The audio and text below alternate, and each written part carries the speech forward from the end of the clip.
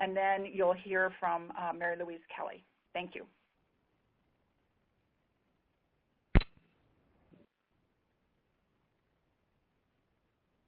All right, good afternoon, everyone. As Ann mentioned, my name is Marylouise Kelley. I'm the Director of the Family Violence Prevention and Services Program. We're part of the Family and Youth Services Bureau here at the Administration for Children and Families at HHS. Thank you for joining us today, and welcome to this webinar entitled Addressing the Intersection of Domestic Violence and Poverty. We're pleased to be co-hosting this webinar with the Office of Community Services, also in ACF, and I will be introducing Dr. Yolanda Butler shortly. This webinar will provide information on the intersection of poverty, domestic violence, and economic security. Speakers from the Rhode Island and Kentucky Coalitions Against Domestic Violence, the Community Action Partnership of Providence, the National Network to End Domestic Violence, and the National Resource Center on Domestic Violence, all leaders in work at this intersection. We'll highlight important work being done to help domestic violence survivors recover from economic abuse and achieve greater economic security. Resources will be shared about a financial literacy curriculum for survivors, an asset building toolkit, credit repair, and economic empowerment programming. Now, a little background on why we're focusing on this issue during Domestic Violence Awareness Month. Efforts to eliminate poverty, increase individual and family economic self-sufficiency, and revitalize communities are directly related to the prevention and reduction of domestic violence. Research suggests that domestic violence victimization is associated with recent food and housing insecurity, with unemployment, and with disadvantaged neighborhoods. Approximately 6 out of 10 Americans strongly agree that the lack of money and a steady income is often a challenge faced by a survivor of domestic violence when leaving her or his abusive partner, and research confirms this. Here are some key facts. Domestic violence is the 3rd leading cause of homelessness among families in the United States. Women living in disadvantaged neighborhoods are more than twice as likely to be the victims of intimate partner violence compared with women in more advantaged neighborhoods. Women whose male partners experienced 2 or more periods of unemployment over a 5-year study were almost 3 times as likely to be victims of intimate partner violence. And a 2009 survey of teens found that those experiencing economic problems in their families were more likely to have witnessed abuse between their parents. Studies have also looked at the experience of TANF recipients. In Portland, a review of cases that were reviewed because of an apparent lack of progress toward work, they found that in 50% of those cases, women reported that they had been physically or sexually abused at some point during their lives. And those experiencing intimate partner violence also face challenges in maintaining steady employment. A 2003 CDC study found that violence against spouses, dating, and intimate partners cost nearly 8 million days of paid work for victims, which is the equivalent of 32,000 full-time jobs. So because of the relationship between economic freedom and domestic violence prevention, savings and asset accumulation strategies can really promote survivors' long-term economic stability and their safety.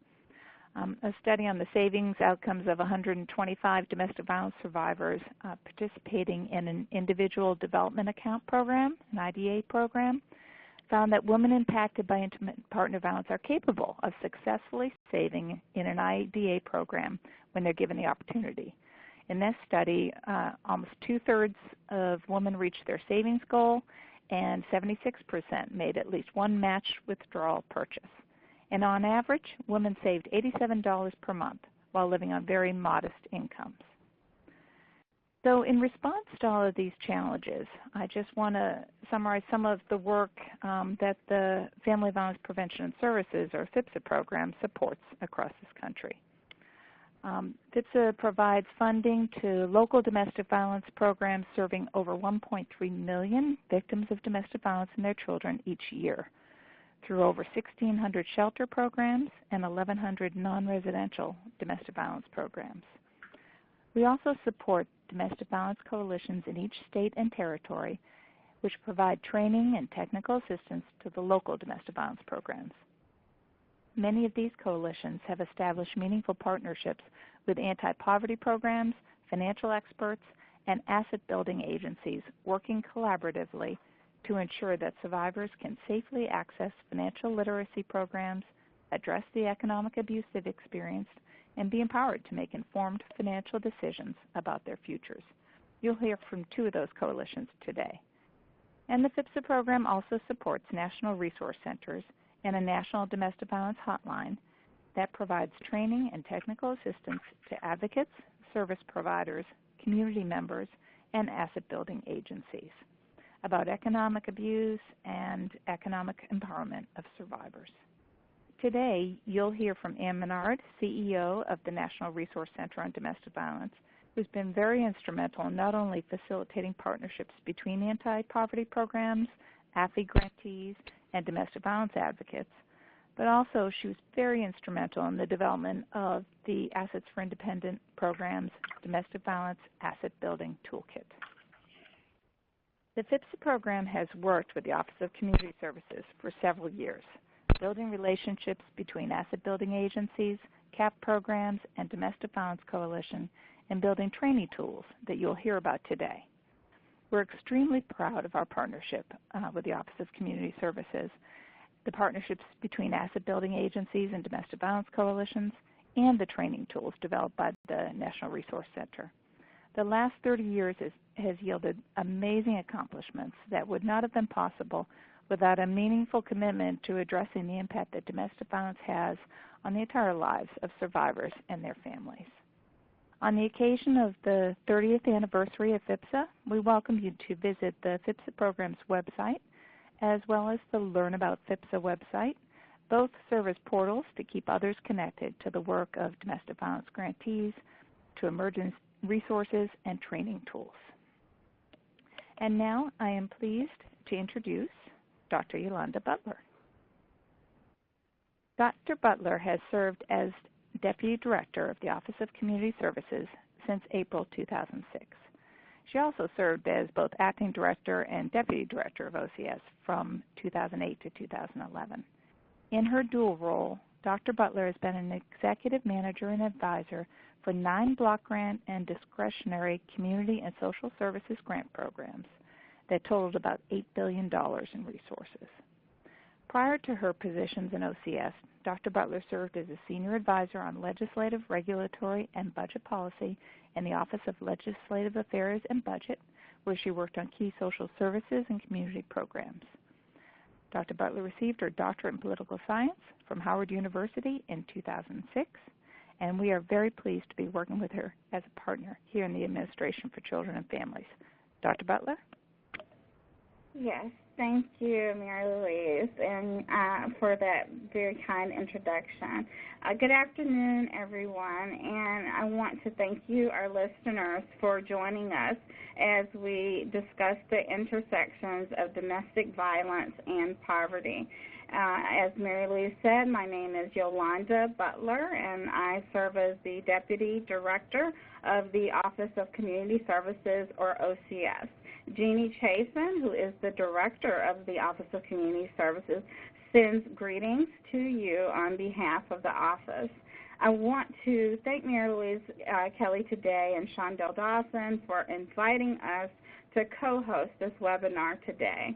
We in OCS have appreciated the partnership with the Family Violence Prevention and Services Program through the years and appreciate the opportunity to further our work together during FIPSA's 30th anniversary. We are particularly excited to partner with FIPSA during Domestic Violence Awareness Month and share information with our constituent groups and partners. Next slide, please.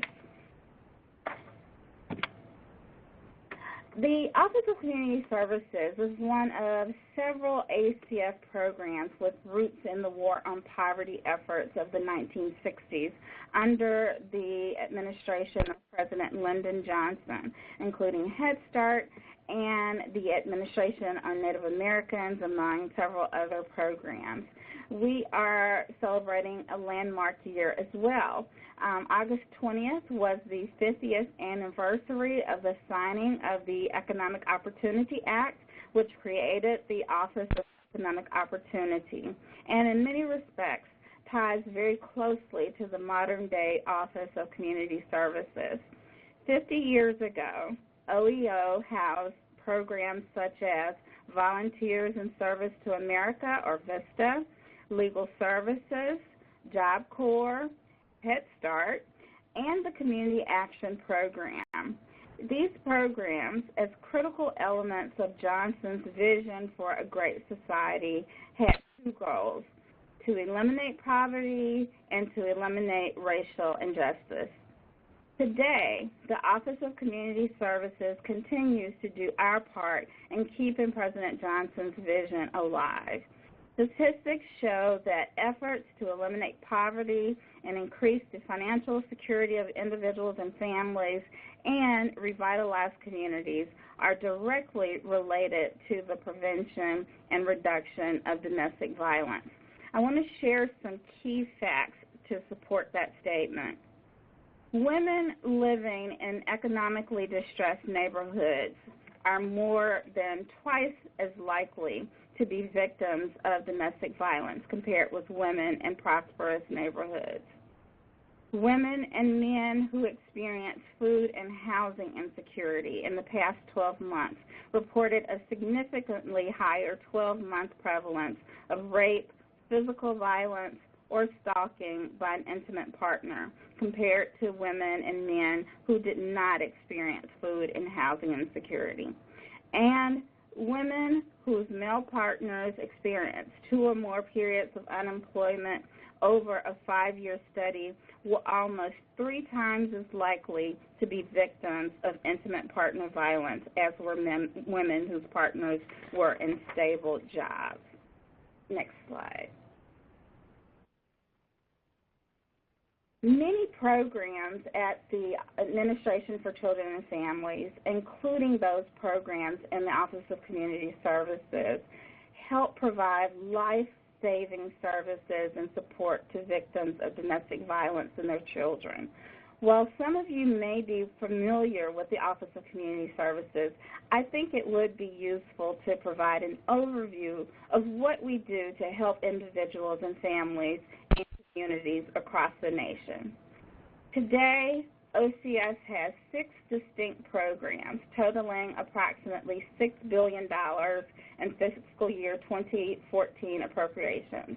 Those programs include, number 1, the Assets for Independence Program, or AFI. This is a program that funds matched savings accounts for individuals saving for a home, going on to college, or opening a small business. And in fiscal year 14, AFI was funded at approximately $19 million. AFI is a great partner of family violence programs, and you'll hear more about that partnership later. Number 2, the Community Economic Development and Healthy Food Financing Programs, CD or HFFI. These programs support projects designed to provide jobs for low-income residents by supporting sustainable businesses in economically distressed communities. In fiscal year 14, CED was funded at approximately $28 million. Up to $10 million of that $28 million was directed towards healthy food financing. HFFI helps eliminate areas with no healthy food access, what we call food deserts, by sparking business investment with grocery stores, farmers markets, and similar projects to areas previously blighted with only fast food, corner stores, or no fresh food. The third program I'll tell you about is the Rural Community Development Program. This program works with regional and tribal organizations to provide safe water systems in rural communities, including drinking water and wastewater treatment facilities. This program was funded at approximately $5 million in fiscal year 14. Number 4, the Low-Income Home Energy Assistance Program. LIHEAP is the program that keeps families safe and healthy by assisting them with their energy costs. LIHEAP families helps families with home energy bills, energy crises, such as families facing utility cutoffs, weatherization, or making homes more energy efficient, and energy-related minor home repairs. LIHEAP supports many low-income families with a specific interest in homes with senior citizens and with young children. In 2014, LIHEAP was funded at approximately $3.4 billion. Number 5 is the Social Services Block Grant Program. This grant is awarded to states to provide a variety of social services, including daycare, foster care, services for people with disabilities, and services for seniors. In fiscal year 14, SSBG was funded at approximately $1.5 billion. And then we have the Community Services Block Grant Program. This program, similar to SSBG, is a flexible funding source, and it is awarded to the states. However, resources are passed along to local community-based organizations who are often called community action agencies or community action programs. CSBG-funded services are based on the community's needs and can include employment and training activities, education, housing, emergency services, and community economic development efforts. CSBG was funded in fiscal 14 at approximately $670 million. Next page, please. Great opportunities exist for all OCS grantees to further the work of preventing and reducing the occurrence of domestic violence. We have local community-based programs receiving Community Services Block Grant funds, AFI funds, as well as state-supported initiatives that can join the partnership to prevent family violence. I look forward to hearing more from our distinguished speakers today about ideas and resources and partnership opportunities. I encourage you to find ways to help your customers and communities build futures without violence. It's now my pleasure to turn the discussion over to our moderator, Ann Menard. Thank you for listening to this afternoon.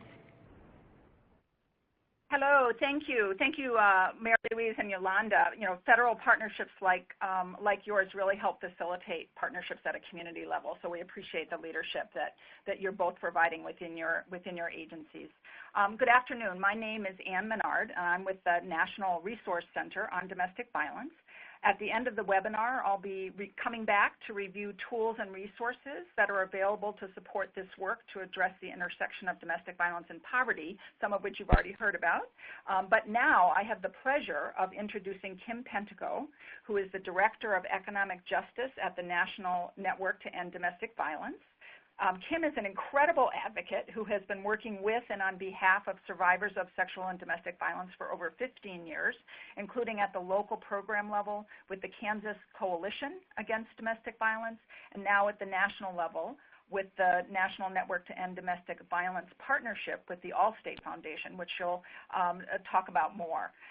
Kim will start our panel with an overview of what we know about domestic violence and poverty before she introduces Zulma Garcia from the Rhode Island Coalition Against Domestic Violence, who will talk about partnerships that the coalition has built in Rhode Island with anti-poverty agencies. And we just found out that Catherine Wilson from the Community Action Partnership of Providence will also be joining us today to reflect on that partnership and what it has meant for both of those organizations. I want to note that Zulma will need to leave the webinar a few minutes after her presentation, so we will pause at that point to see if you have any questions. So feel free to pose questions in the chat as we go along, and we'll be capturing them.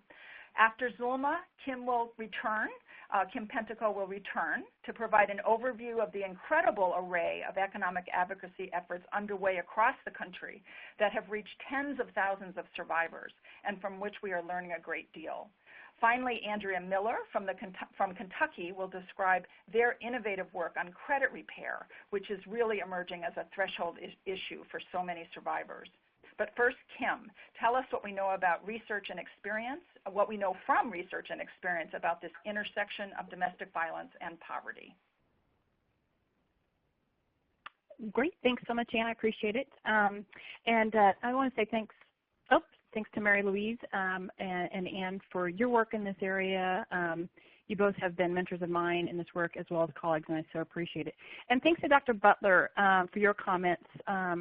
I so appreciated going over some of the vision and history of the Office of Community Service. I think it's really helpful to see that piece and connect it to the work that we're doing.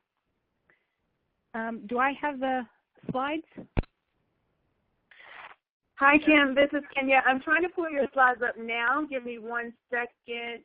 It keeps saying, please wait, so I'm going to close that out and open it up once more. Okay, no problem.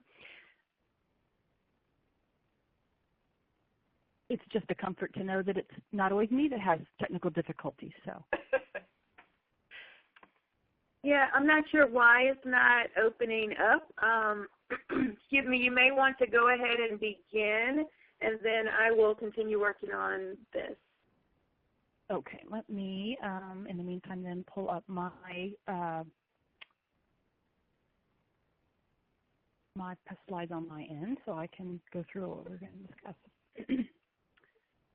Okay, so one of the things that we talked about earlier, or that certainly Marylouise mentioned, was some statistics on poverty. So what do we know about domestic violence and poverty? And some of the statistics have already been reviewed, but just another point I want to talk about is that, so we know that about 1/3 of all women have experienced some form of domestic violence in their adult lives, versus nearly 60% of women living in poverty. And you find, statistics sort of varying, but most of show right around 60% of women living in poverty experiencing domestic violence. It's a much higher rate for women living in poverty, and of those, anywhere from 8 to 33% report recent or current violence, with a very high prevalence of childhood physical and sexual abuse.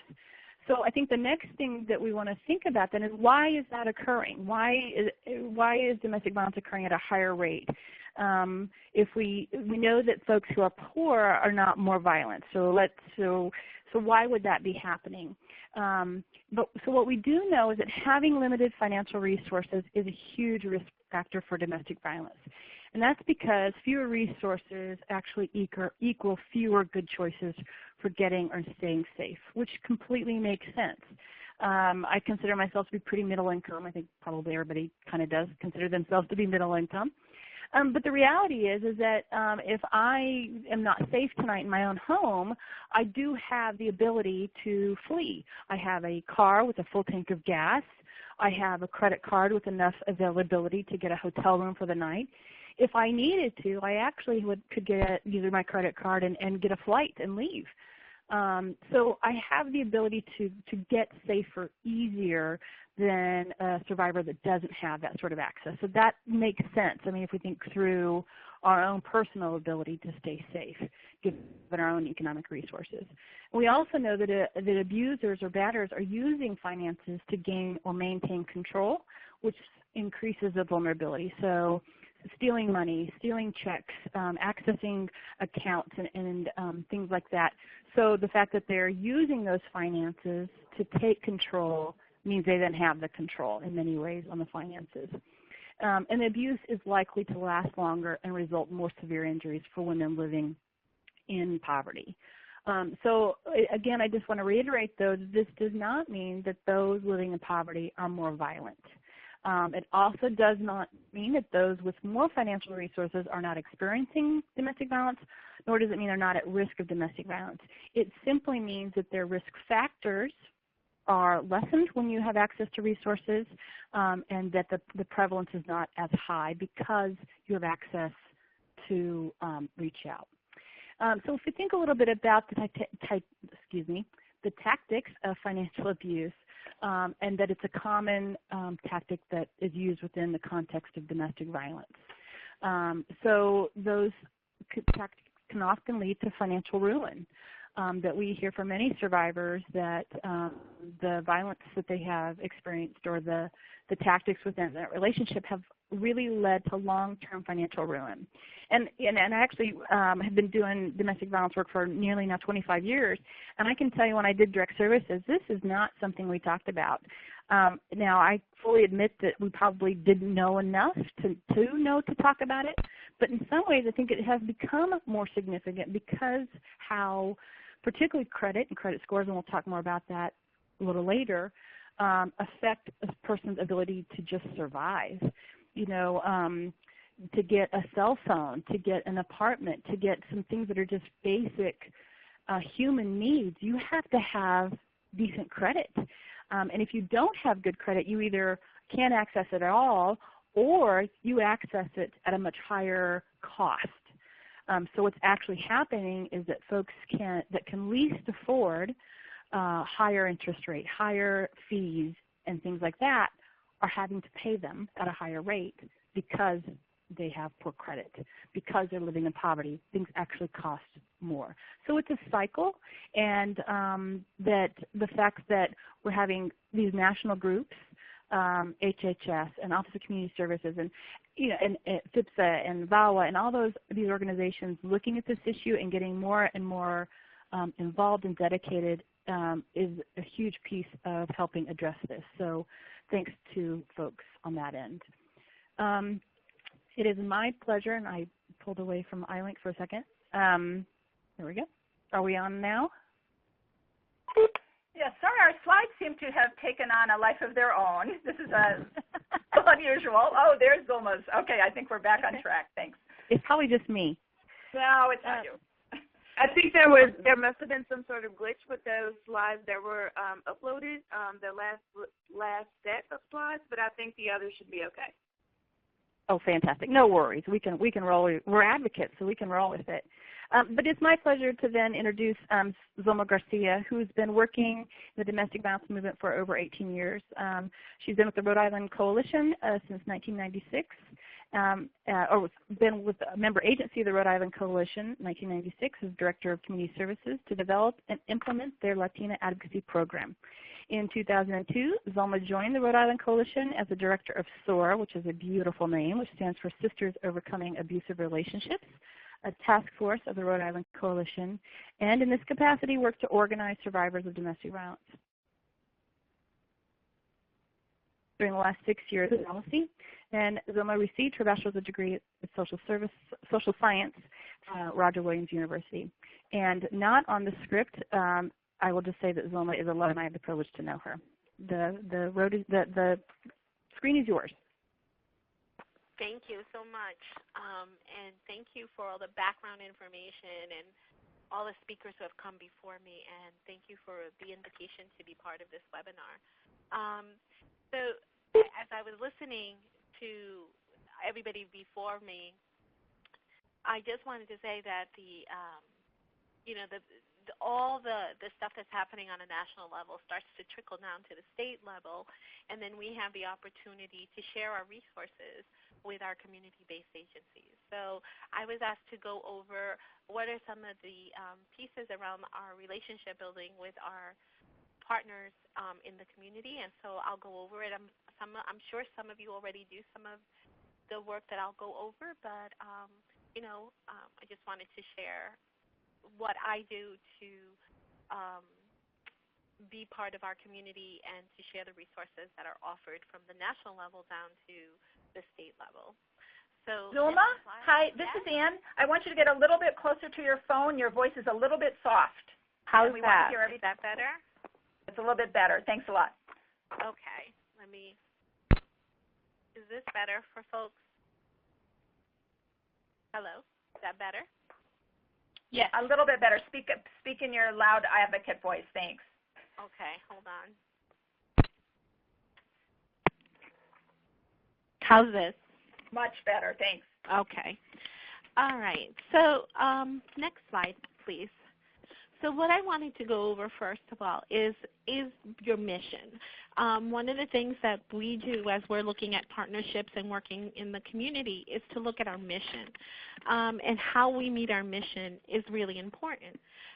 So some of the things that we do to meet the mission of the coalition is to foster communication and do some resource sharing and networking and collaboration, among many other things. But I think that when we look at our purpose and we look at our mission here at the coalition, it kind of guides us and gives us direction onto who we want to partner with to, create work and partnerships that get us to meet our mission and move us to eliminating domestic violence in our state. Next slide, please. So some of the things that I have done in the past, even as I did work in the member agency level, and now I do the same in the coalition level, is I take the lead. So for example, when I was establishing the Latina Advocacy Program years ago in one of our member agencies, they hadn't done it.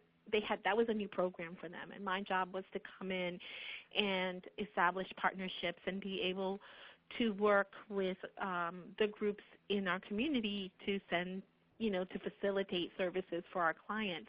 So some of the ways that I would do that is I would join local community boards, community organization boards, so that I can get to know the people in the community. I would participate in community events that maybe were on off hours and were not necessarily part of my day-to-day work as an advocate, but were important in establishing the relationships that I needed in order to facilitate services for our community. So for example, in working with the CAP agency here in Providence, they were going through a transition time.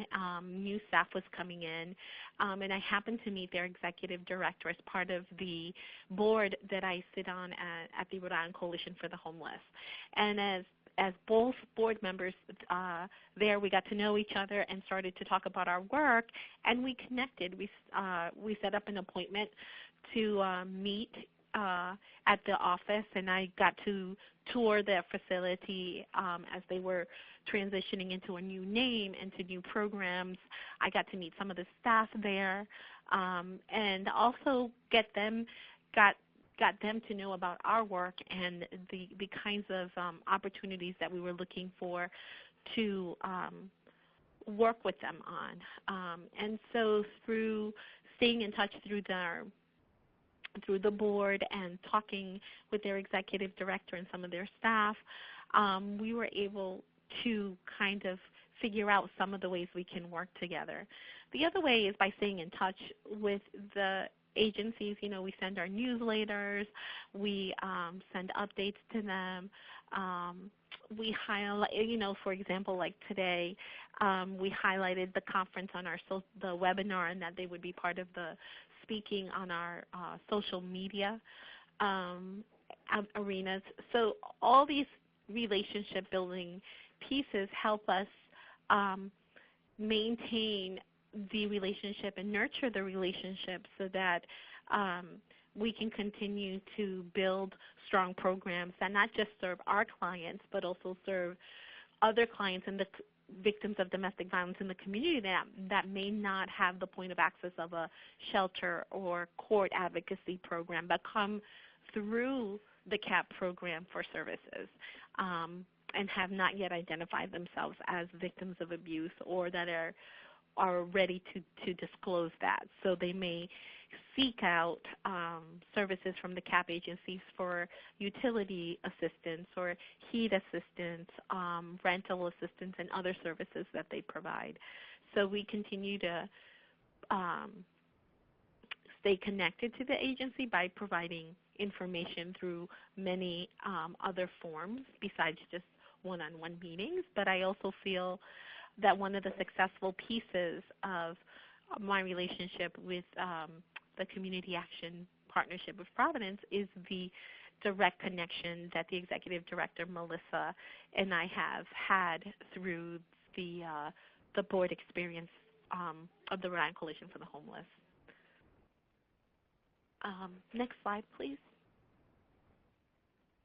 And then finally, as I was putting together the quick presentation, I was thinking, what are some of the things that I would think about as I started to envision a collaboration between the CAP agency and our work. And one of the things is, what is the opportunity? What are we already doing here at the coalition level, or what projects would speak to the CAP agency, and how does it benefit the victims of, how does this collaboration benefit victims of domestic violence?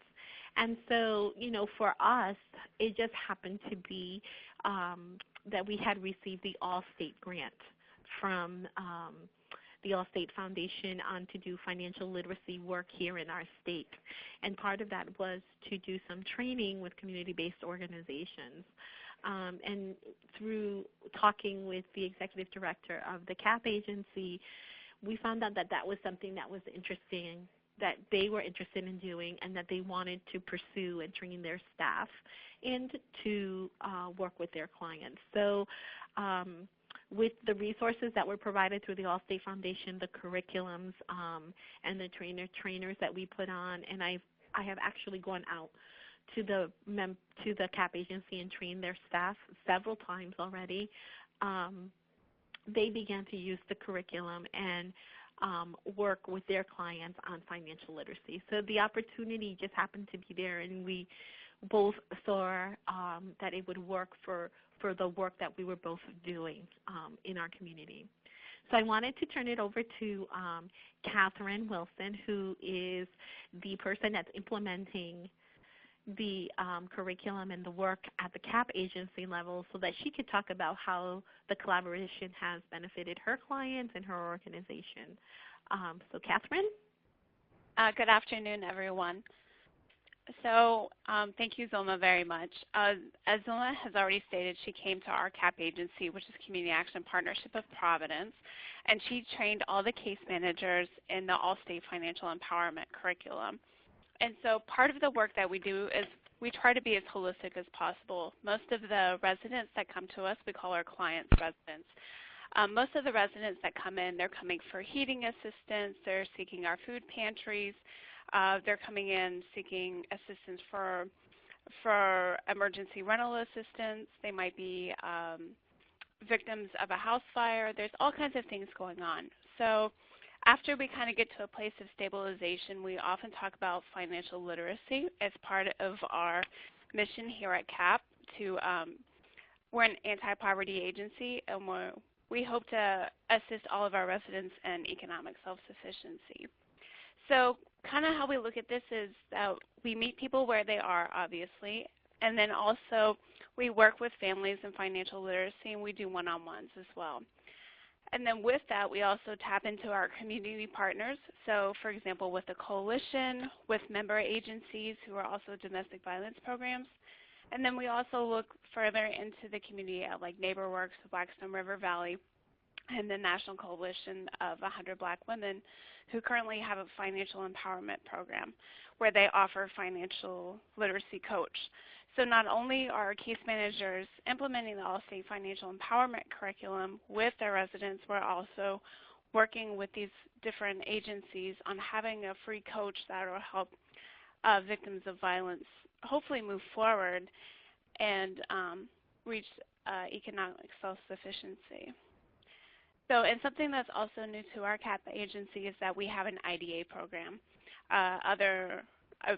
I heard someone mention it before. It's an individual development account, and that's brand new. And we're also looking to partner with other agencies to assist victims. So that's a little bit of the work that we're doing, and that's how we're implementing it here at CAP. Thank you, Catherine. I also wanted to say that as you know, the collaboration that we have established with the CAP agency has also expanded into another area for us. So we started with the opportunity of the all-state funding that has come through and the curriculum training. But we have been very lucky that also some of another staff member from the CAP agency is working closely with another project here at the coalition around, we have a 10 Men project that we work with, and those are men in the community that take a stand against domestic violence. And their person, Rhode, who works there at the CAP agency, has taken an interest in our project and has also been part of that work that we've been doing lately. So the relationship that we've established with them has not only helped the victims around the poverty issue, but it also around the prevention issue. So anybody have any questions or comments?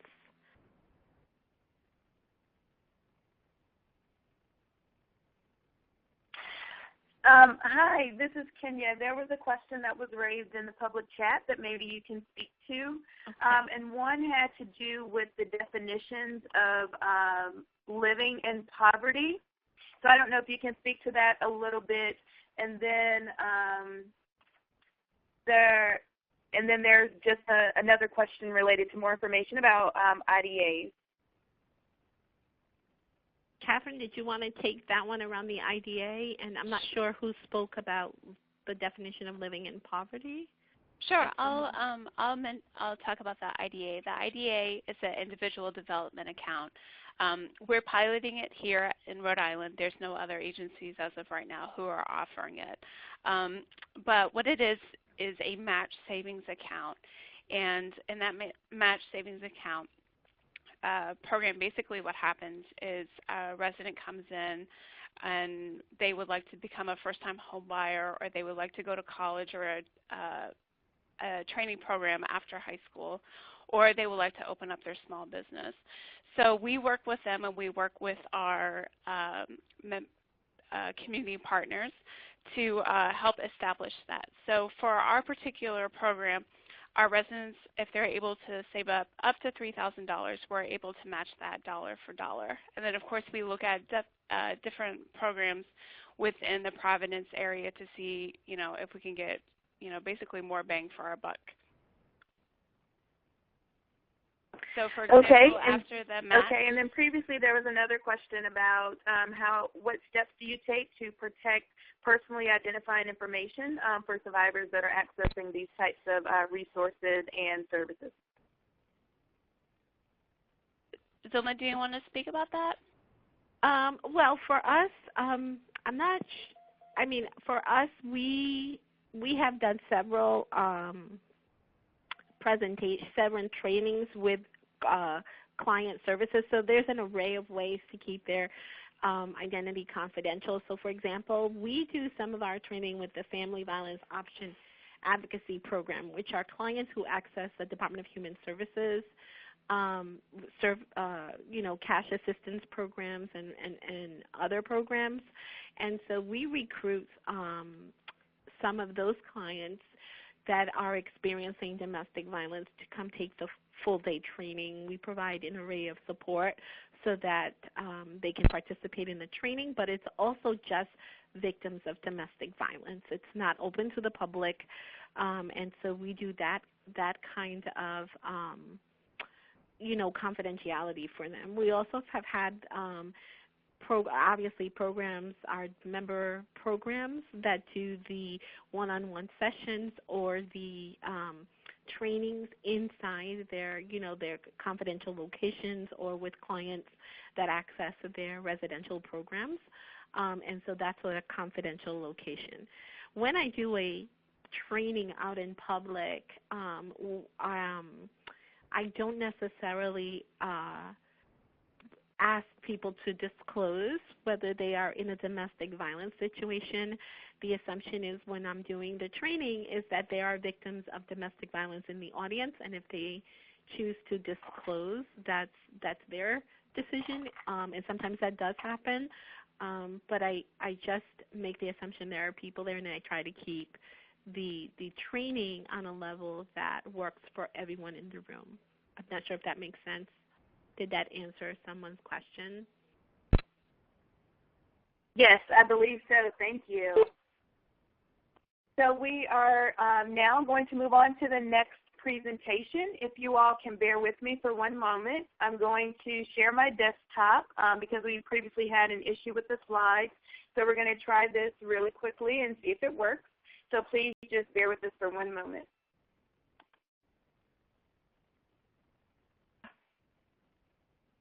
If one of the other presenters can let me know if you can see the slide. It's just economic empowerment for domestic violence survivors. And Kim, if you can just let me know when to advance the slides, then I will move them for you. Sounds great. Go, and you can go ahead and push it forward if you want. One slide.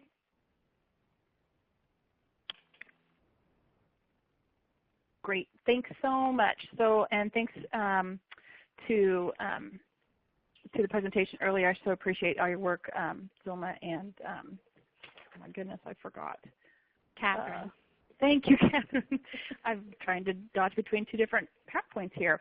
So thanks so much for sharing your information and all your hard work. So much appreciated.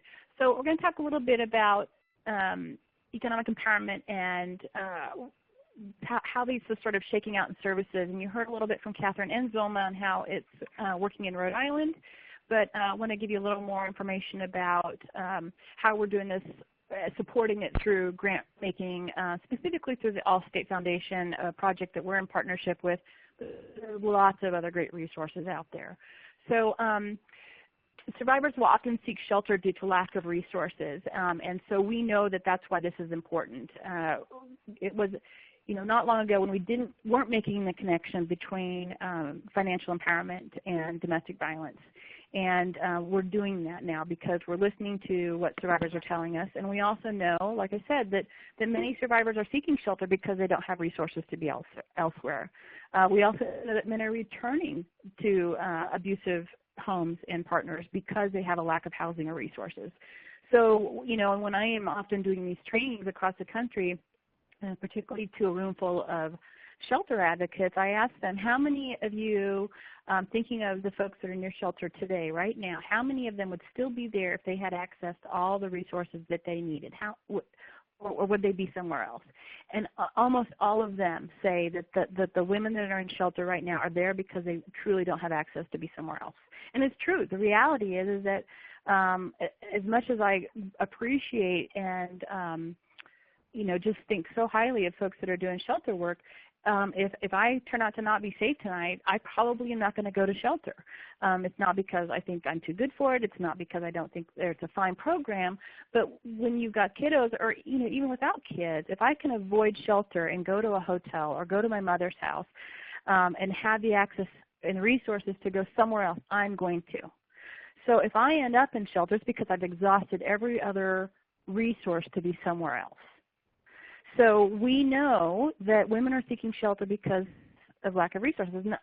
Obviously first because they're not safe, but because they're not safe and they don't have resources to be elsewhere. So we know that improving access and knowledge about financial empowerment, financial security, economic finances, improves survivors' ability to get and stay safe. And we like to say that this really helps lead survivors from short-term safety to long-term security. If you want to advance. Next slide. Oh, there we go. So this is what we're doing through the National Network to End Domestic Violence with our partner, the All-State Foundation. We're supporting innovative programs in grant making. The All-State Foundation has dedicated over $40 million since 2005, I think, in ending violence against women, specifically through financial empowerment work. And we've been a part of this with them since the beginning, and they're doing it through traditional IDAs or match savings programs, as well as non-traditional match savings programs. So when I say traditional, I mean the federally funded IDA program, meaning for every dollar saved, it's matched with a federal dollar, or non-traditional match programs, which means that it can be matched with a non-federal dollar, and it can be for beyond the three purpose areas that a federal IDA program. The federal IDA program can be used for home purchase, secondary education, or small business loan. As we talked about in the beginning, a non-traditional match, they can use it for anything because it is a non-federal dollar. So they're buying washing machines. They're purchasing cars, which is huge. For those of you who do direct services in a rural program, you know how important having a car is. That if you're in a rural area where there's no public transportation, you can't get a job. It drastically impacts your ability to get or stay safe and to forget about becoming self-sufficient. So these are huge for many of the non-traditional match programs. We're also making around education and job training. We're really pushing compassionate assistance, meaning that if she needs the transmission in her car fixed to get or maintain job or education, then the funds can be used to do that. It doesn't have to be just for uniforms or just for books. It can be used for any barrier or barrier reduction to get or maintain education or work.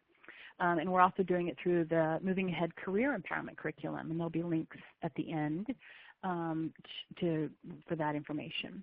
We're doing it through credit repair and microloans, and Kentucky Coalition, Andrea Miller is going to talk more specifically about how that's working. Can you go back for just one? I think there was one more on there. I think it was just the curriculum. Never mind. And through the curriculum itself, the Financial Empowerment Curriculum, which is a 5-part module. Sorry, Kenya, I'm just running you ragged here. You're fine. You can advance. It's a 5-part financial empowerment curriculum, specifically developed in partnership with the Allstate Foundation with victims of domestic violence in mind. The first module is all about safety planning. We talk about what is financial abuse, what does a healthy relationship look like, how to do safety planning within the context of domestic violence. We talk about budgeting in Module 2 and what does budgeting look like. Module 3 is largely on credit repair and how credit works. Module 4 is about loans, and Module 5 is about long-term planning. And I tell you, we got a little bit of pushback originally, and sometimes we still hear, particularly from advocates, about the long-term planning in particular, but some of the later modules, and they are more challenging concepts in terms of we tend to not see folks who, for low and no income folks, those are harder subjects to talk about, and maybe even not appropriate for everybody. But we wanted to make sure that the information was there because we didn't want to make the decision for anybody else that somebody may or may not want to access the information. So we talk about everything from what's a traditional savings account, what's a money market account, those very sort of safe, low risk, and I call them toe in the water of long-term saving, long-term planning, to what are investments, what are IRAs, what's the difference between a Roth IRA and a traditional IRA, making sure that when they get employment that they are taking full advantage of any contributions that an employer may make. Those are sort of, air quotes, easier ways to do long-term planning. So do you want to advance one more?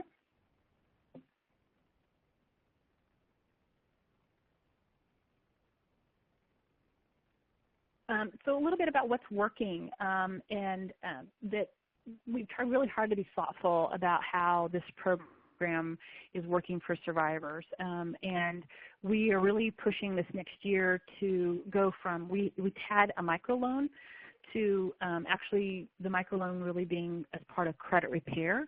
And we did that because we saw the great work that Kentucky's doing in this area. And I'm anxious for you to hear more from Andrea what they're doing there because it's incredibly cool stuff.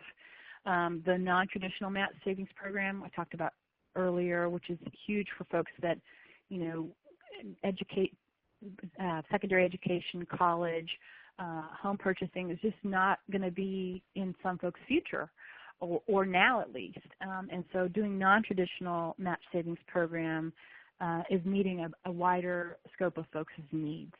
And we're really pushing folks to make participation accessible, providing food, providing child care, transportation, as well as participation incentives. I think at first folks struggled a little bit with this because it felt like paying people to participate. And we really see it as acknowledgement of their time and the unique barriers that many of them face. And so incentives beyond some of the food, child care, and transportation can look like providing gas cards or small Visa cards or Walmart cards or other things like that every time they either complete a session or upon graduation, but really celebrating that and recognizing and honoring their work. Yesterday I was on the line with Zeb from Iowa, an advocate there at the Iowa Coalition, and they really think about it as putting what they're learning into practice. If you're learning about budgeting and financial empowerment, but you have no money to budget or be empowered with, that this is one of the ways, by giving a gas card, by giving a match savings or a deposit in an account, is one of the ways they can really practice what they're learning, too, is another way to think about it. We really encourage people to celebrate successes, and that means that we make funding available if they want to use it to do that, but to throw graduation parties, to have cake and ice cream, to invite their kids if they want, to get an actual certificate of completion, to really make it a party celebration atmosphere.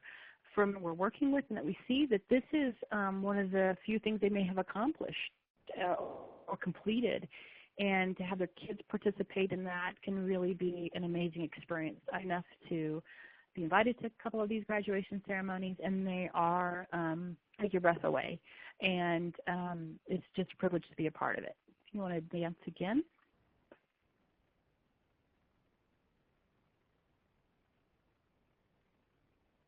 Sorry for the delay. Oh, and here's some of the resources that I've been referring to. A copy of the curriculum is available if you go to clicktoempower.org. This is the Allstate Foundation's website where you can get both the financial empowerment curriculum as well as the career empowerment curriculum are both on this page. They are all free. You can actually get up to 5 hard copies of the financial empowerment curriculum free sent to you, and you can also download both of them for free as much as you want. They're available in Spanish and English. If you go to our website and you click on Projects tab, you can get the curriculum PowerPoints if you're interested in presenting it, and there's also my contact information. I also want to say, and I didn't include this in a slide, but when we were discussing this, I just reminded me that I want to just mention to never take for granted our own education or knowledge about financial empowerment. And I think that for me, that was a huge learning curve for me, and also one of the wonderful unexpected outcomes of this work was that we ended up doing a lot of advocate advancement in financial education. And particularly for folks working in direct services, you all probably are aware that many advocates are poorly paid. I know that probably doesn't come as a great shock to you. But we have advocates that are living at the poverty line. We have advocates that qualify for food stamps and public assistance. And so we have advocates that are really struggling financially. And this is wonderful to provide to them. As an education resource, we even have programs like Kentucky that is offering IDAs because they qualify, they income qualify to participate in the traditional IDAs. So be sure that you take care of the advocates doing this work, that you first introduce them to this, that they need to get comfortable and excited about the work, that it is not helpful if advocates themselves aren't doing this. So I strongly encourage to make sure that the folks that are providing this information feel comfortable with it first. And that lastly, and I'll close with this piece, is to take your time with doing this work. This is not something that most people are provided or given elsewhere. And so take your time when doing financial empowerment work with survivors. That talking about money tends to be very fraught with challenges and has been probably one of the things that's held against survivors in their relationships, so that we make sure that we take lots of time with caretaking around this issue and not just sort of try to jump in and budget on somebody's first day in shelter. So those are my little notes, and I think I'll pass it on to Andrea Miller from the Kentucky Coalition. Andrea Miller is the Economic Justice Services Coordinator at the Kentucky Coalition Against Domestic Violence. She provides training and assistance in financial education, credit counseling, and tax preparation to economic justice advocates at KCADV's member program. She's also responsible for Your Money, Your Future, KCADV's asset building partnership with the state's community college system. She's has 10 years experience in providing case management to adolescents and adults with psychopaths in both community, outpatient, and inpatient settings. She also has over 5 years of experience providing counseling and employment services to TANF recipients. And on a side note, I'll just tell you that the Kentucky Coalition, one of those coalitions that we at NRCDV regularly look to for what's working and how it can be done. And really, we're the first ones, I think, to start doing that. We had to catch up to them and still catching up to them in many ways because they continue to do groundbreaking work in this area. So, Andrea, the floor is yours. Great. Thanks, Kim. I'm really excited to be here today and talk about what we're doing in Kentucky. We like our position in leading the pack. We're always looking for new ways to help survivors achieve their financial goals. It was really interesting for me to hear, again, the kind of recap of the history of the anti-poverty federal programming, too, because we definitely work with our state agencies that are carrying out those programs, and we actually run an IDA program ourselves and have for several years now, the federal IDA that you were mentioning. And as a result of working with the federal IDA program, we discovered that a huge barrier, because we are a very rural state, was transportation. So we used All-State Foundation money to help us create a CAR, Individual Development Account program. So that we have these two IDAs that we've been running for quite some time, and I have to tell you, it's one of the most amazing things to watch people achieve those goals and that they have for themselves, that oftentimes when they come into shelter think this isn't something that I can do, but they can, and so we're really excited about that. Our coalition is composed of 15-member programs that serves all of Kentucky, and what we discovered in this economic justice world was the same things that everyone has already mentioned, so I don't need to go into any more detail on that. We realized that we needed to have economic justice programming in our shelters so that we could plant some seeds or that we could work on some immediate financial goals. We definitely looked at from a client-centered perspective, and we wanted to help people figure out what goals they wanted to achieve, what financial goals they wanted to achieve, and what barriers they were facing so that we could just help with our program. That's really how all of our programming starts. It's what are our clients experiencing, and then what can we do and what resources are out there that we can seek to help them achieve that.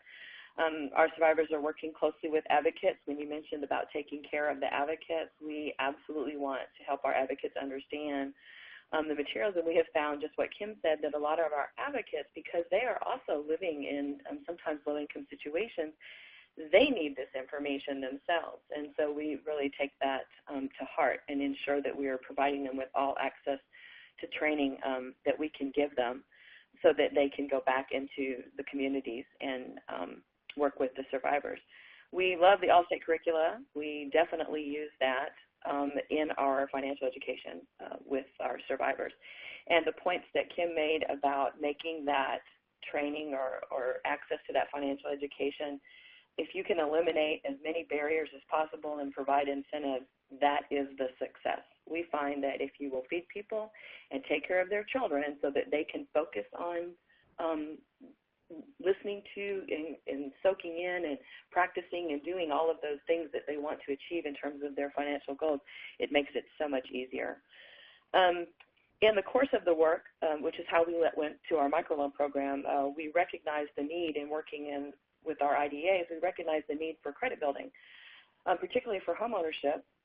When you're trying to buy a home, you need to get your credit in a particular place, and we found that survivors coming in, that was something that we needed to work on. In addition, we also wanted to help survivors to recognize financial abuse and to be able to we found survivors whose credit, as Kim had mentioned, was actually being adversely affected by things that their partners had done or were doing. And so we wanted people to understand the importance of that and then help them to rebuild credit when possible. So we have a microloan program that is unsecured. So the survivor has an application that they can fill out. Those loans are about $300 to $500 on average.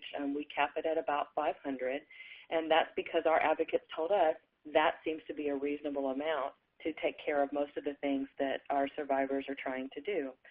Our microloan program is reported. It's using the Credit Builders Alliance, reporting tool. And right now we're reporting to 2 out of the 3 credit bureaus, and so that's Experian and TransUnion. And we're in a pilot program to report to Equifax as well. And what we're doing then is the survivor applies through their advocate. They've established a relationship with their advocate by having at least 3 meetings to talk about budgeting and financial goals and things like that. They will set up a budget to ensure that they can actually make a payment, because what we don't want to do is put someone in a situation where they're getting a loan product and they can't make a loan payment on time.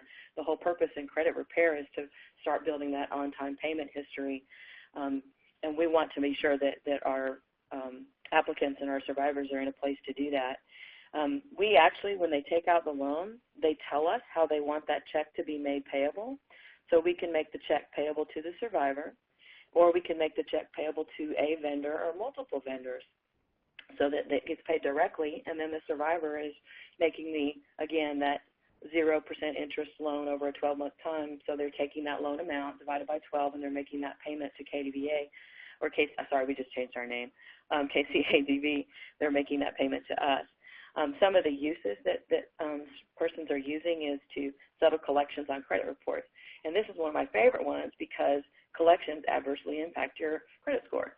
So if you're trying to improve your credit score, if we take the microloan that has 0% interest and we pay off collections on your credit report, and you're making on-time payments on your loan, it actually improves your credit score. It's awesome. Some people will use it to pay housing or utility costs, housing deposits. Some set up an emergency fund, so they just take the check that we send and they stick it in the bank, and that's their emergency fund, and then they start making those on-time payments. So now they have an emergency fund, and they have a way to get some on-time payments reported to the credit bureaus. And then one of my other ones that we see, as we know, a lot of our low-income families, their options are limited in terms of resources, and so many of them turn to cash advances or payday lenders, which the rates on those are incredible in the contracts that I have seen come through our office, where we're actually paying that debt using a microloan for that person. You know, the interest rates, the APRs are anywhere from 360 to 400%. It is incredible, that particular product, and many of our persons have taken advantage of it due to desperation and not having another tool. So we think that the microloan is that tool that we want to encourage. We do have a $15 loan fee that comes off the top of the loan, so the person doesn't even have to come up with that up front. And what we're seeing in repayment rates, we're getting about 60 to 90% repayment rate. Let me go to this next slide here a little bit. And it varies on the month. We think that's actually pretty good from what we're seeing. We're excited about that. We are actually looking at some of the other tools to make sure that people can, if we need to renegotiate the loan terms so that people can still be considered on time, we're looking at that too. The reasons that we see, or some of the things that we see, is that people definitely gain confidence, and that's exciting, especially when they start to see increases in credit or when they get things paid off. It's like getting that monkey off your back. It really is a good feeling. And we have seen credit score increases after about 6 months to a year, and up to about 50 to 100 points once you can get collections cleared. Once you're showing on-time payments for that period of time, you can see a significant jump in a credit score. We have a client that I'll just share her story. She had some collections that actually had been incurred by her partner. He had also opened accounts when they were together that she was unaware of. And she herself talked about the lack of her, she really didn't understand credit. She was like, oh, I can apply for this card, great. But she didn't really understand the whole part about what it meant to pay it back and pay it on time. So through the education of that, she really got to understand what comprised her credit score and what mattered. And so she worked really diligently for about 2 years, and she did use a microloan and a secured bank card. And in conjunction with those two, she was able to jump her score over 100 points. And I just love her story. And when every time her score would go up, she was so excited because really it was her work. I mean, she had paid off her collections, was paying on time, using her secured card very wisely by keeping that balance very low. So going back again, we're very excited about this program, this microloan. We see it working, and I guess we're going to look for the next best thing, which is probably our. I guess that's it. I don't know. I think I'm running out of words. So that's the program in a nutshell again. And I'll be glad to report on it again in another year and see how we are with that. But we're very excited that we're able to offer it through the funding and support that we get. And so, Ann, I think that's all that I have. Thank you, Andrea. This is Ann Menard again, and I hope you've have heard some of the excitement from both Kim and Zulma before and Andrea about this work. It feels so critical to independence for survivors. So we are very excited about it. What I'm going to take about 5 minutes to do is and before we get to questions, so please feel free to pose questions to any of the presenters. We wanted to make sure that you knew about some of the tools and resources that are available to help address this intersection of domestic violence and poverty.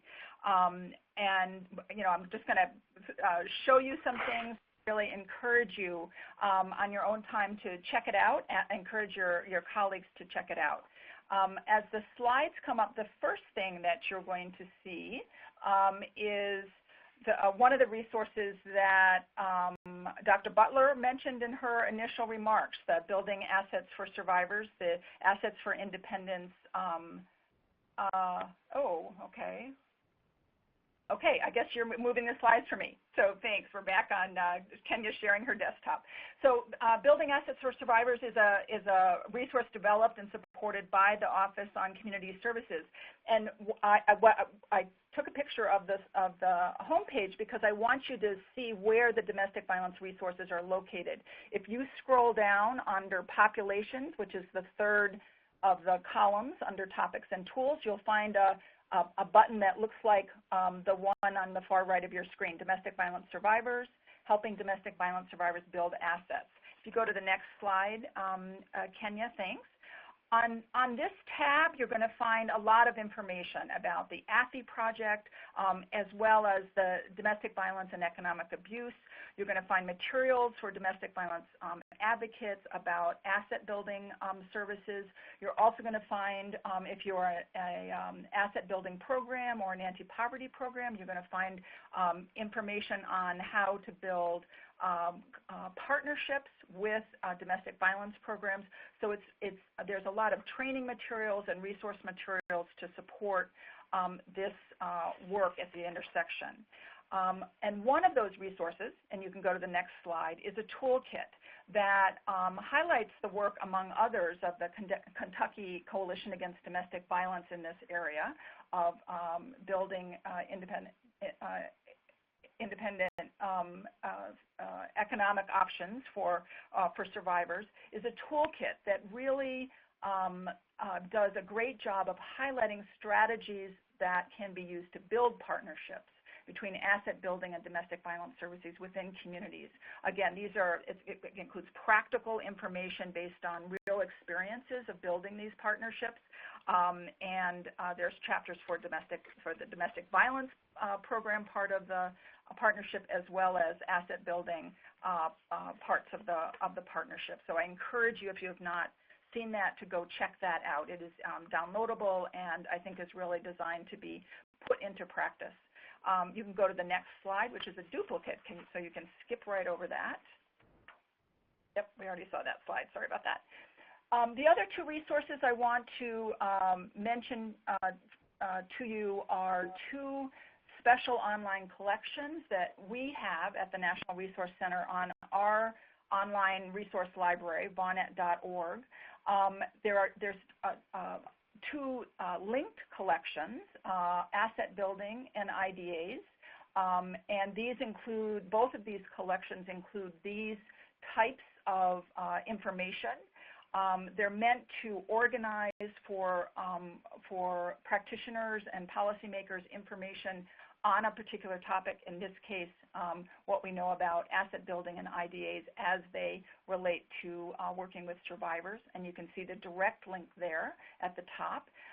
One of the important features is information about asset building and IDAs for underserved populations and specific targeted programs for Native Americans, for immigrants, for people with disabilities, and children and youth. You can go to the next one. Another online special collection that we have pulled together at the NRCDV is on the Earned Income Tax Credit, which of course has some real connections to asset building programs and strategies for helping survivors and others build assets for things that are important to them. So this is another special collection that specifically focuses on the Earned Income Tax Credit as well as other tax credit, and explains things like the relationship to public benefits eligibility, again, looking at population-specific EITC considerations. It also includes information on other tax credits. This is a special collection that we update every year, and we'll be loading up the information related to this upcoming tax season. The IDA collection, asset building collection, we're in the process of updating as well. So I wanted you to know about these two resources from the National Resource Center on Domestic Violence. We're also, you can go to the next slide, we also wanted to make sure that you were aware of the really great work that Wider Opportunities for Women is doing under their Economic Security for Survivors project. And the next couple of slides just highlight some of the resources that they have developed. This is a very robust project that has received funding from the Office on Violence Against Women and other sources, but is really providing great information, particularly focusing on economic obstacles that prevent survivors from recovering from sexual and physical violence. They have a population policy brief series that takes a deeper look at issues affecting these populations that you see listed here, and economic strategies and approaches that address some of these unique issues. On the next slide, you'll see a picture of a Victim Advocate Economic Security Pocket Guide, which provides good supporting information to advocates of ways that they can explore economic issues and prepare survivors, particularly in raising and getting some response to economic issues particularly in a criminal justice court setting or civil court setting. So again, a great resource from our friends at Wider Opportunities for Women. And finally, from Wider Opportunities for Women is a case manager series, and that's on the next slide. Economic and Employment Advocacy e-course that just came out. Again, a great resource for those of you that are offering employment services as part of what you do in the community, and this raises some important issues and strategies for addressing concerns that domestic violence survivors may have in their journey to more economic independence. And again, you see some of the other resources that are there as well. So very exciting work being done by our partners at Wider Opportunities for Women.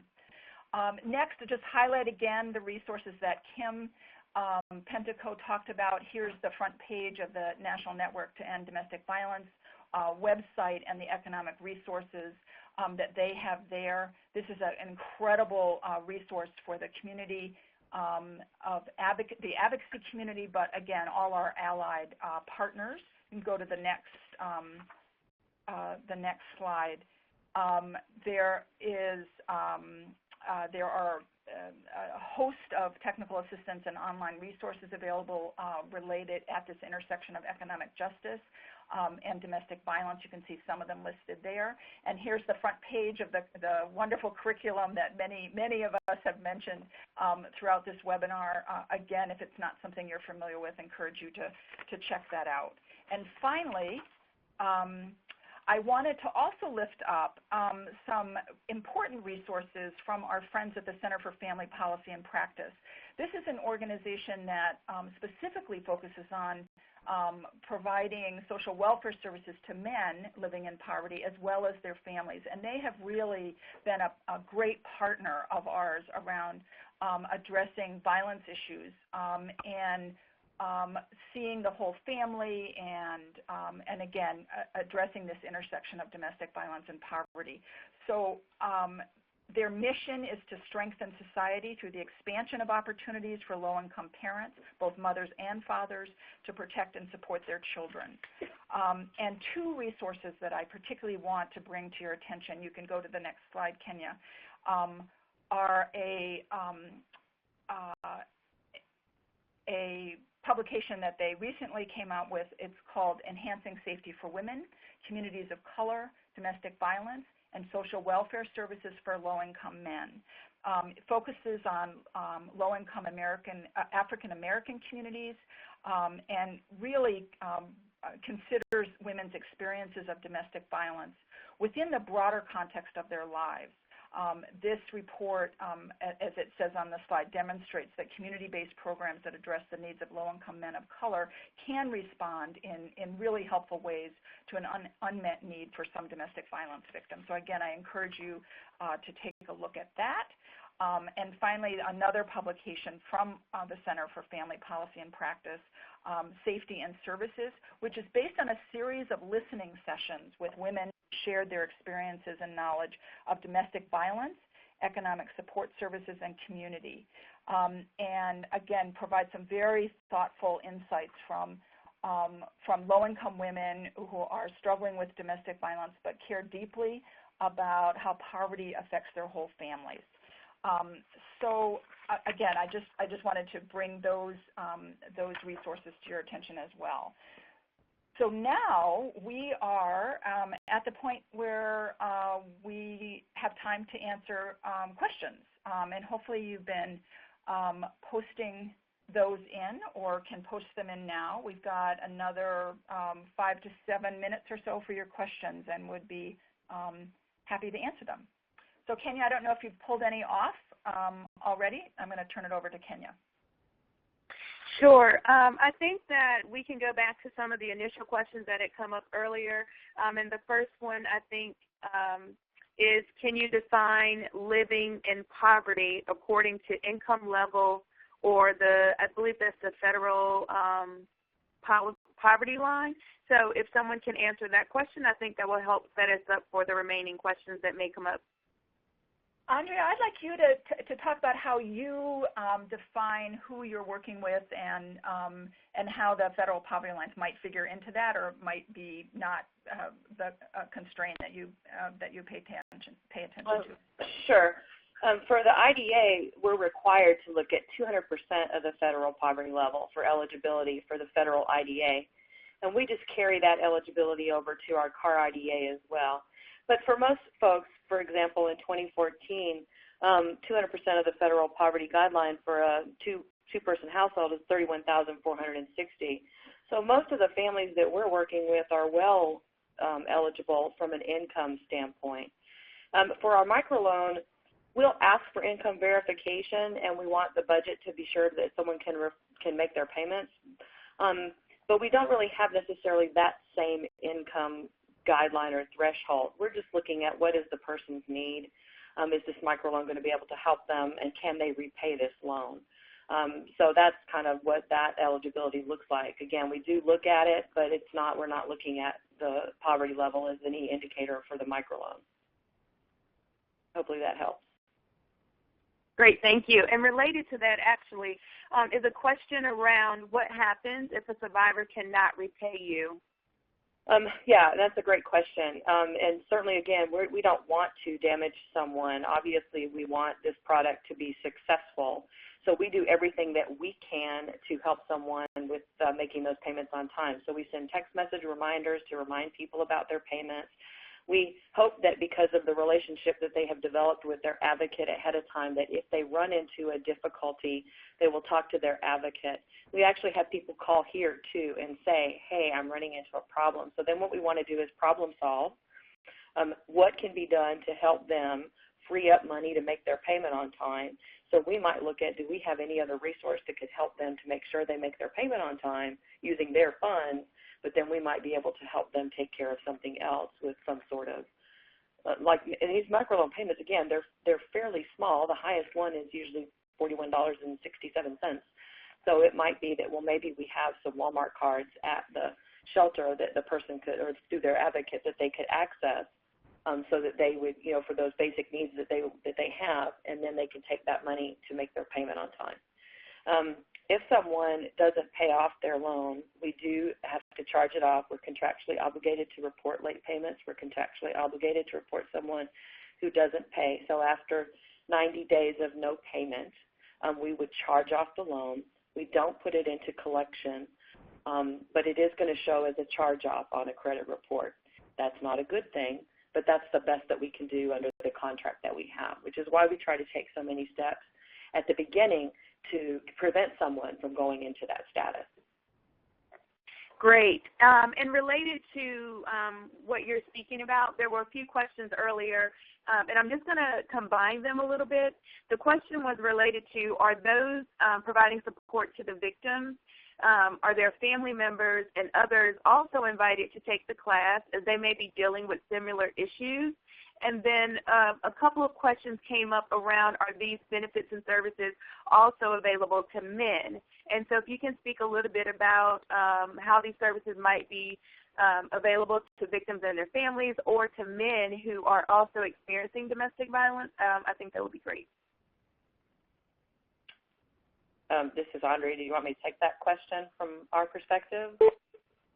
Sure, yes. Okay, so first of all, we serve anyone regardless of their gender. We do have male survivors that access our services and that access our IDAs and our microloan products. We have advocates in our shelter sometimes that are specifically youth-focused, and so what they will do is work with children and teens on the financial education and those concepts separately while the parents are getting education somewhere else. And then also we'll have sometimes people who ask if their grandkids can come or can they hear about this.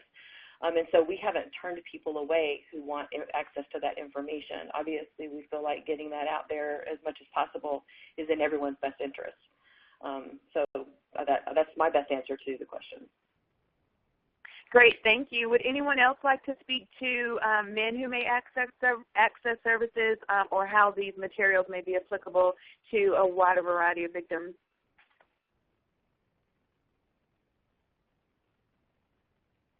This is Ann. I think there's some really, I think across the country, certainly by federal law that and federal funding, that services are to be provided regardless of gender. And I think, I'm sorry?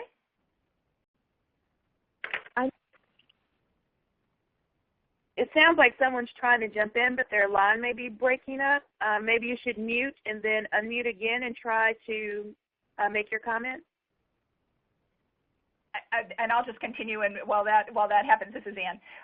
I think the other thing that research and experience tells us, and which guides a lot of the programs, is the disproportionate impact of domestic violence on women, and particularly poor women.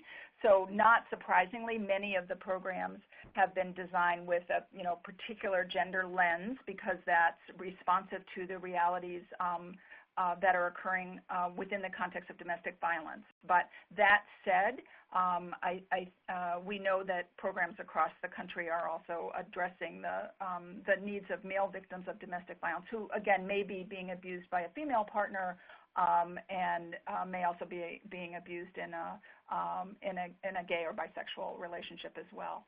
Or maybe transgender. So again, lots of good work being done in addition to economic advocacy on ways to ensure a high level of accessibility for all victims of domestic violence to the kinds of programs that are being described today. Great, thanks. So there was also a question about how these services may be able to help victims of human trafficking. I don't know if there are any more specific details you want to share beyond what you just stated in regards to these funds and these services being available to all victims of violence. Andrea, have you done any work with victims of trafficking? Again, that's another area. The National Resource Center on Domestic Violence, again on VAWNet, just released a special collection on trafficking. This is an emerging area. It's very complex. Again, I think there's some great work being done in certain parts of the country where trafficking response is more fully developed. But I don't know, Andrea, if you've had any experience in your program responding to someone who identifies as a trafficking victim. I can't think of any particular instance when that happens, but if that individual did approach one of our programs or even our office, we would want to connect them to resources. Our IDA program, we're a DV coalition, so that's our priority. However, we have had many community partners in Kentucky who may put up match dollars or sometimes didn't put up match dollars, but their families were just low-income eligible families, and we did serve them through that IDA because of the partnership that we have with that particular agency. I'm not for sure if that exactly answers the question. I think for us it would be, if we get the contact from that, do we have some open spots? Is the person eligible? We certainly recognize trafficking. Typically there's abuse involved in that, obviously. So for us, I have to say we would serve them. So. All right, great. Thank you. The most recent comment in the public chat speaks to housing assistance. Can anyone speak to whether or not they're working with HUD to increase housing assistance support for survivors to help them out of poverty? This is Ann. I'm going to ask Marylouise to respond to that and also close us out because we are after 3 o'clock. So Marylouise has been providing leadership on the federal level at looking at some of these issues. Perfect. Thanks, Ann. Okay. Thanks, Ann.